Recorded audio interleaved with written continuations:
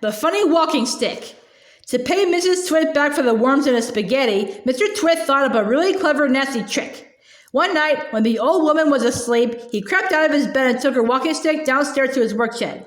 There he stuck a tiny round piece of wood, no thicker than a penny, onto the bottom of the stick. This made the stick longer, but the difference was so small, the next morning Mrs. Twit didn't notice it. The following night, Mr. Twit stuck on another tiny bit of wood. Every night, he crept downstairs and added an extra tiny thickness of wood to the end of the walking stick. He did it very neatly so that the extra bits looked like a part of the old stick. Gradually, but oh so gradually, Mrs. Twit's walking stick was getting longer and longer. Now, when something is growing very, very slowly, it is almost impossible to notice it happening. You yourself, for example, are actually growing taller every day that goes by, but you wouldn't think it, would you? It's happening so slowly you can't even notice it from one week to the next. It was the same with Mrs. Twit's walking stick. It was all so slow and gradual that she didn't notice how long it was getting, even when it was halfway up to her shoulder. "That stick's too long for you," Mr. Twit said to her one day.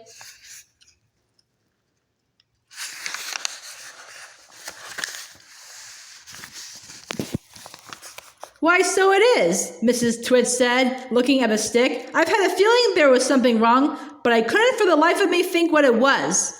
"There's something wrong, all right," Mr. Twit said, beginning to enjoy himself. "What can have happened?" Mrs. Twit said, staring at her old walking stick. "It must suddenly have grown longer."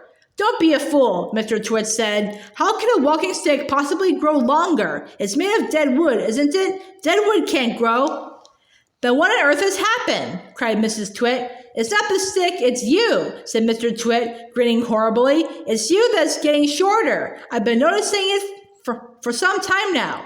"That's not true," cried Mrs. Twit. "You're shrinking, woman," said Mr. Twit. "It's not possible." "Oh, yes, it jolly well is," said Mr. Twit. "You're shrinking fast. You're shrinking dangerously fast. Why, you must have shrunk at least a foot in the last few days."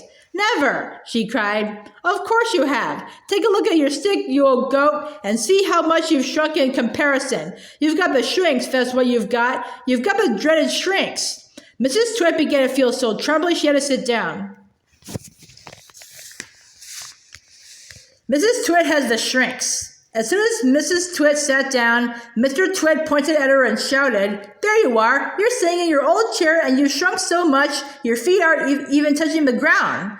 Mrs. Twit looked down at her feet and by golly the man was right. Her feet were not touching the ground.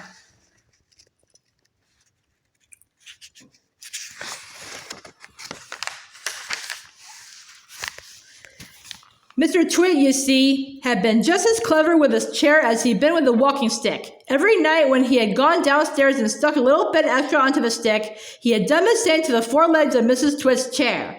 "Just look at you sitting there in your same old chair," he cried, "and you shrunk so much your feet are dangling in the air."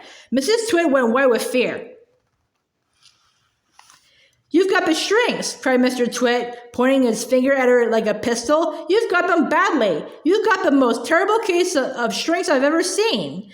Mrs. Twit became so frightened she began to dribble, but Mr. Twit, still remembering the worms in the spaghetti, didn't feel sorry for her at all. "I suppose you know what happens to you when you get the shrinks?" he said. "What?" gasped Mrs. Twit. "What happens?" "Your head shrinks into your neck, and your neck shrinks into your body, and your body shrinks into your legs, and your legs shrink into your feet. And in the end, there's nothing left except a pair of shoes and a bundle of old clothes." "I can't bear it," cried Mrs. Twit. "It's a terrible disease," said Mr. Twit, "the worst in the world." "How long have I got?" cried Mrs. Twit. "How long before I finish up as a bundle of old clothes and a pair of shoes?" Mr. Twit put on a very solemn face. "At the rate you're going," he said, shaking his head sadly, "I'd say not more than 10 or 11 days. "But isn't there anything we can do?" cried Mrs. Twit. "There's only one cure for the shrinks," said Mr. Twit. "Tell me," she cried. "Oh, tell me quickly." "We'll have to hurry," said Mr. Twit. "I'm ready. I'll hurry. I'll do anything you say," cried Mrs. Twit. "You won't last long if you don't," said Mr. Twit, giving her another grisly grin. "What is it I must do?" cried Mrs. Twit, clutching her cheeks. "You gotta be stretched," said Mr. Twit.